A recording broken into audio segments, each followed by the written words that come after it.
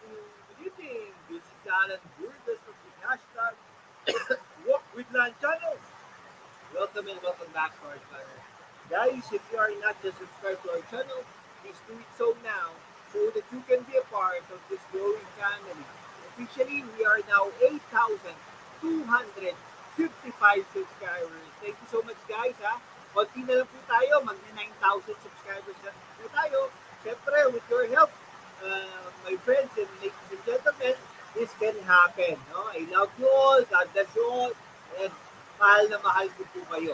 Okay, so pag-usapan po natin yung kay ano po ano, kay Mayor Lacuna, Hani Lacuna, Pangan, okay, at Isko Moreno, no, magra-rumble dyan sa Maynila. Okay, tama po yan, no? Pag-face off po itong dalawang leaders ng Maynila. Yung isa po ay former leader, no? Kasi dati po itong ano eh, no? Dati po itong mayor, okay? Si Isko Moreno. Alright, actually, yung dalawang yan ay talagang very qualified naman to run and lead the city.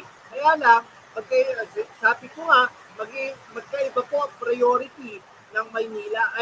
Magkaiba po ang priority nila. No? Since yung isa ay isang doktor, ay makikita mo naman na talagang ano po siya, no? Ang priority niya ay social, no? Yung sa tao, human, kumbaga, no? Ano po yan, ha? Optometrist, doktor po yan, at naging ano po yan, parang head ng DSWD ng Maynila, no? Yung Department of Social and Welfare and Development din sa Maynila, ng mga nakaraang panahon, no? Social worker, kumbaga, no? Yung asawa rin niya ay isang doktor din po. Kaya po talaga may makikita natin na magkakaiba talaga ang priority nila. No, si Mayor Isko Moreno, aesthetics, no? Yung para opportunities para sa tao din naman. Okay, kung ako tatanungin nyo, mas maganda yung ano, yung kay Isko Moreno. Tsaka parang mas charismatic si Isko Moreno. Pero anyhow, ang mga tao din sa Maynila ang magdi-decide yan, no? So magdi-face off itong dalawang ito, si Manila Mayor Hani Lacuna Pangan at ang former mayor ng Maynila na si Isko Moreno sa darating na 2025 midterm elections, no? Ay nako, sasabihin ko sa inyo, ito ay isang magandang laban, no? Talagang sobrang magandang laban ito, mga friends, no? Kasi dating ano to no? Dating magkasangga recently. Pumunta nga lang si Hani Lacuna diyan at si Yul Servo diyan sa kapihan ni Mayor Isko Moreno diyan sa Aroseros. Nako, baka ipasara yan, no? Mayor, baka Yorme, baka ipasara yan ni Mayor Hani Lacuna, no? Dating magkasangga ito, no? Sila Lacuna Pangan at Isko Subalit.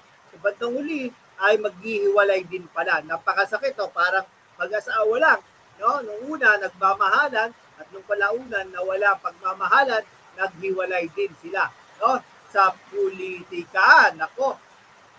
Sa bagay, no? Kapwa naman katulad ng nga sa ating sinabi, no? Kapwa naman qualified itong dalawang ito, no? Yung isa doktor, no? Si Hani Lacuna Pangan at Isko Moreno ay graduate ito yata ng law, no? Pero hindi pa to nag-take ng bar. Ika nga, bahala na mga taga Maynila ang kung sino ang pipiliin bilang mapuno sa kanila kasi naranasan naman nila ang serbisyo ng magkatugali sa trono ng Maynila. Tama naman yun. Lahat itong dalawang ito ay naranasan na ng Maynila. Nagkonsehal itong mga to. Nag-vice mayor itong dalawang ito. No? Nag-mayor din itong dalawang ito. Kaya naman makikita natin kung talagang kung tatakbo. Kaya lang, umubigin tatakbo.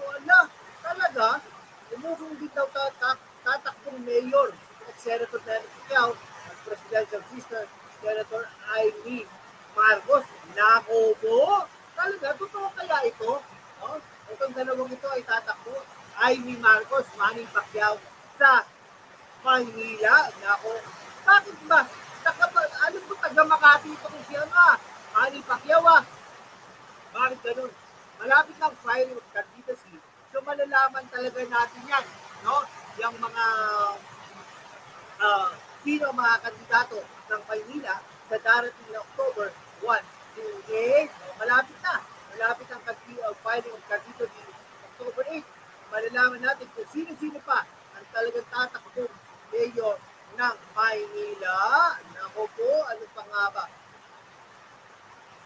Okay? Simula na lumutang na si Isko sa ang sulok man ng Maynila, no? Sa event sa MOA. Pero ang MOA ay hindi Maynila.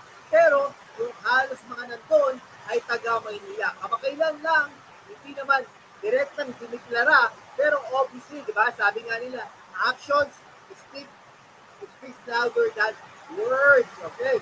Dineklara ni Isko, natatakbo siya ng pagka-mayor, kaya lang paulit-ulit ang kanta ni Isko na, I'm coming back to Manila. Anak ko po. Style talaga ni Isko Moreno. Style nito mga to, dahil itong mga to ay mga, ano po yan, no? Mga, tawag doon, mga politiko. No? Eh, may kilala nga tayo sa Pasig, no? Politiko din. No?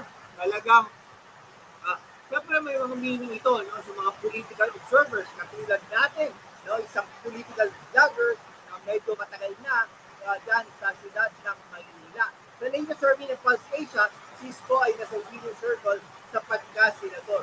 Kaya nga naman, ito ay pwedeng maging factor. Pero, alam niyo po ba, pwedeng piliin ni Isko Moreno ang Maynila. Dahil ika nga, kung hindi ito ang skill set ni Mayor na maging senador, ay talaga namang, ano yan, no? Grabe. Yung kikitayo mo sa Maynila versus kikitayo mo sa senador, pwedeng magkaparehas lang. Alam niyo yun. Diba? Basta naisipan ni Isko na bumalik bilang mayor kung saan may tulong siya, may lakulapangan, may tulong, no? Ibig sabihin, may lamang siya, no? Kaya, sure niya sa pagka-senador, habang incumbent Manila mayor siya, tumakbo sa pagka-presidente si Isko, subalit, hindi pinalat, pumatili lang siya sa Maynila. Alam niyo po ba, na dapat, iniisip din ni Isko ang mga pangyayari dito. Okay? Ibig sabihin, natalo pala siya dyan sa Maynila kung presidente siya. Pero ibig sabihin, hindi naman po magkaparehas yan. Subalit, hindi dapat gagawing basihan ang pagkatalo ni Isko noong 2022 elections para husgahan na laus na siya. Artista si Isko at maraming bilig para pagpinsihin ang Manileño na iboto siya. Ambot sa kanting mga bangsa. Alam nyo, syempre ano po yan no? Artista nga ito, no? May karisma, kumbaga. Nako, ay marami nagsasabi, no? Itong Isko at Hani lang ay talagang lalamang at lalamang si Isko Moreno kay Hani Laguna Pangan. Si Laguna Pangan naman ay nagsimula na ring manungkit ng boto ng mga Manileño. Ang tinutukoy ng mga ating mga kaibigan ay itong memo na ipinalabas ng MPPBO ay si Narciso Jokto. Pinagbabawal niya ang clamping at towing sa mga sasakyan sa kalye. Naku po, bakit naman ganun? Hindi dapat ganun. Matatandaan na may kita pinatikos ng Manileño itong clamping at towing dahil masakit sa bulsa. Kapag na-clamp ang sasakyan mo sa Maynila, matik na mabubutas ang bulsa mo. 900 pesos at kapag biktima ka naman ng towing, mahina ang 1,500 at lalaki ito depende kung saan garahe ang sasakyan mo. Nako po, aray ko. Nako, itong mga polisiya ay maganda naman sana yan. Kaya lang, kung ba dyan, ginagamit ito sa politika, hindi ito maganda. Malupit yan ang TV. Maraming kurap dyan. At ayaw niya makinig sa rason. Basta, mapuno lang ang bulsa nila ng pera. Period. Ang memo kaya ni Domingo ay sapat na para makumbinsi ang mga biktima ng towing at clamping na iboto si Laguna Pangan. Ang sakit dito sa inyo. Nako po, open secret naman yan na team ni Laguna Pangan ang ilang department heads na appointed ni Isko. Buong magandang relasyon nila.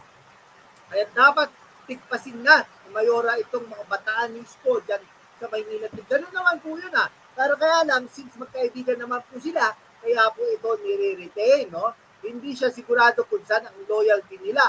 Diba? City Administrator Benny Angser na ako, ang City Administrator yata ay kakampi ni Isko Moreno. Pero dapat mag-resign na ito upang naman delikadesa purposes kung talagang kampi siya kay Isko Moreno. Hindi lang yan.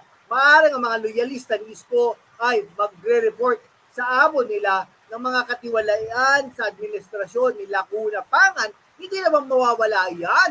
Di ba? Na magagamit din ito bilang black propaganda laban sa Lacuna Pangan na ito sa darating na kampanyahan.